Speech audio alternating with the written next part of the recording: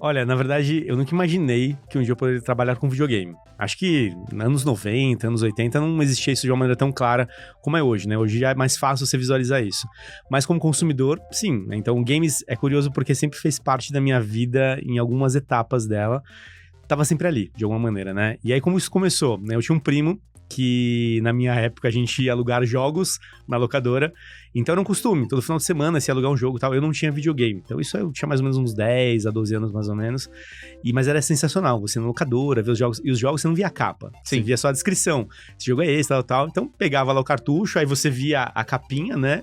E aí você levava ele e beleza, jogava e você via como é que era, Descobria o jogo. Descobria o jogo, era sensacional, né? Então ali eu comecei a ter uma experiência com jogos. E eu lembro até hoje quando ele comprou um PC, um computador, que era também uma coisa super difícil naquela época. Sim. E aí ele jogou pela primeira vez o Prince of Persia. Monocromático.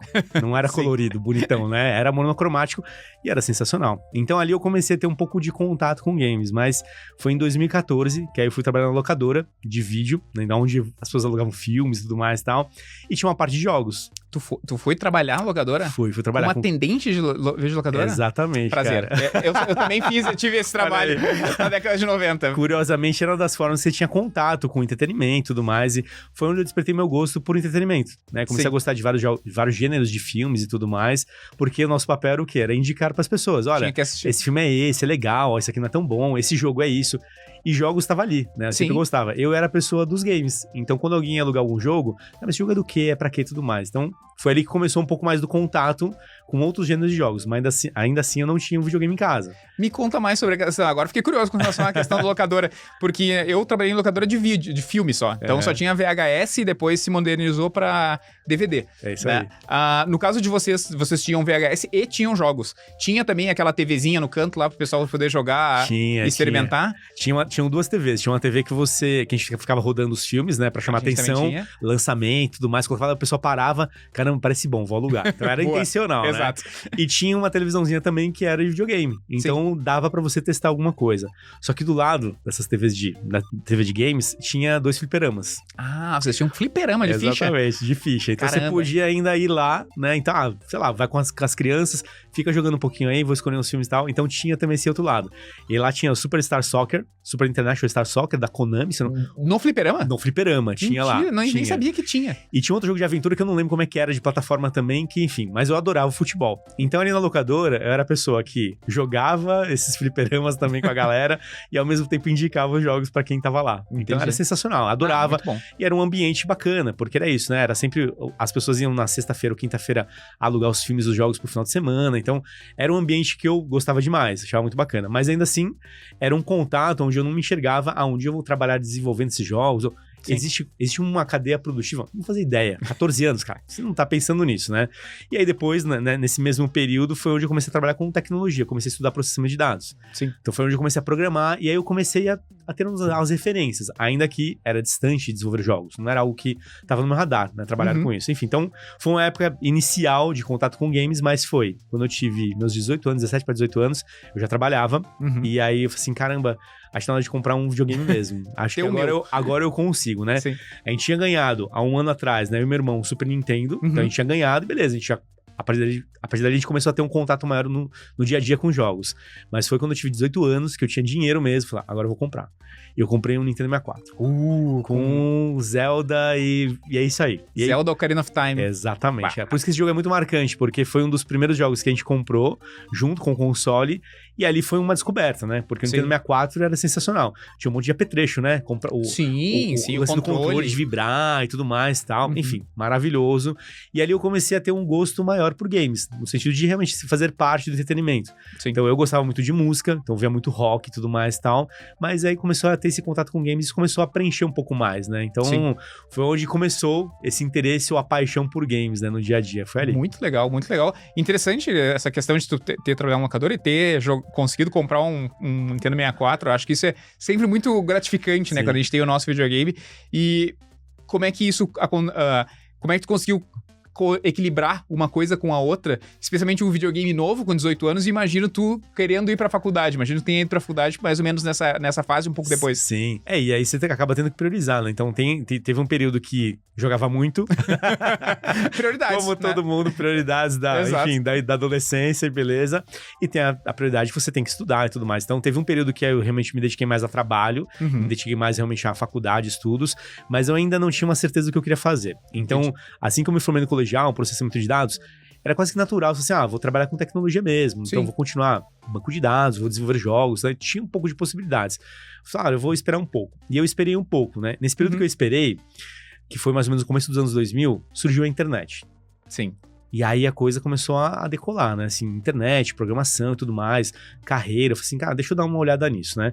E eu nunca esqueço, porque eu lembro que eu tava fazendo curso de especialização, nesse período que eu fiquei parado antes de ir pra faculdade.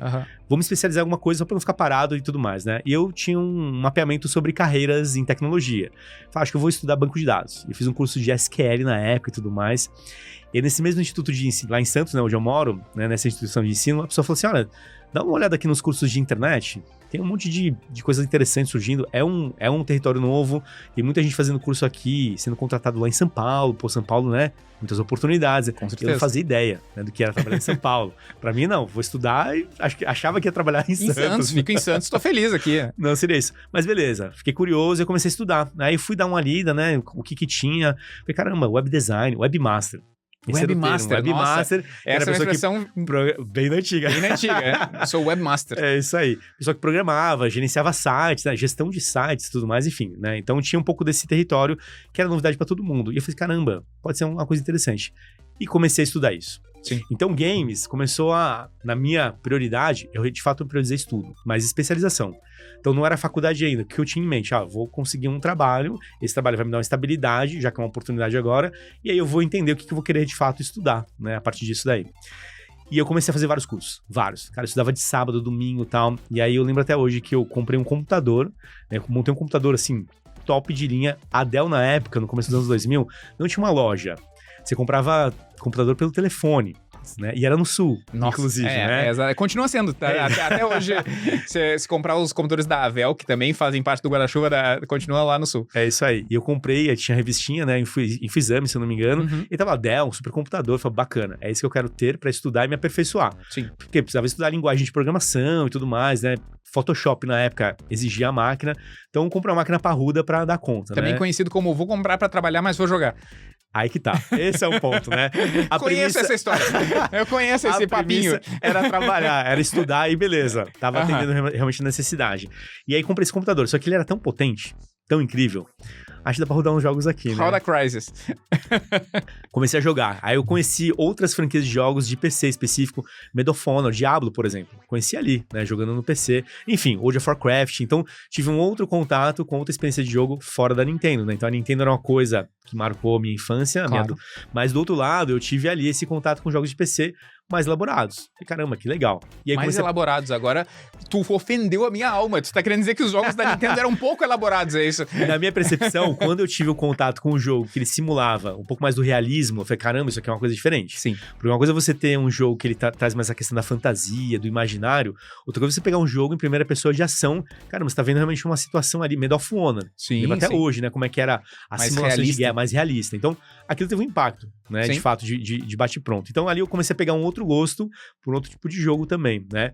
O Nintendo 64 tava lá? Tava guardado. Tava lá, tá? Mas eu comecei a ir pro PC. Enfim. Sim. E nisso, nesse momento de estudo, videogame e tudo mais, eu me especializei de fato, né, em muitas linguagens, em muitos programas, né, pra internet, e eu comecei a me candidatar em vagas, né, pra algumas no mercado, e aí foi onde eu consegui entrar no mercado financeiro. Trabalhei na época do Banco Real, fui contratado para ser programador. Na época, estavam montando um time de internet e estavam precisando de pessoas, e pessoas com especialidade. Então, eu não tinha uma faculdade ainda, não estava formado, sim, mas eu tinha a especialização. Ah, tu fizeste concomitantemente, então, daí. Exatamente. Aí eu entrei nessa época, nesse time que estava se formando, e foi muito rápido, porque eu entrei para prestar serviço em algumas etapas de alguns projetos, não era nem um trabalho fixo exatamente, era até temporário, mas foi super bem, né? Consegui desenrolar muito bem, e aí quando eles foram formatar a equipe oficial do banco mesmo, eu entrei nessa equipe. E aí começou a minha carreira na internet, né? Como programador, como web design também. Fazia um pouco de tudo, né? Nesse período. Pra você ter uma ideia, na época, a diretoria que cuidava de internet no banco se chamava e-commerce.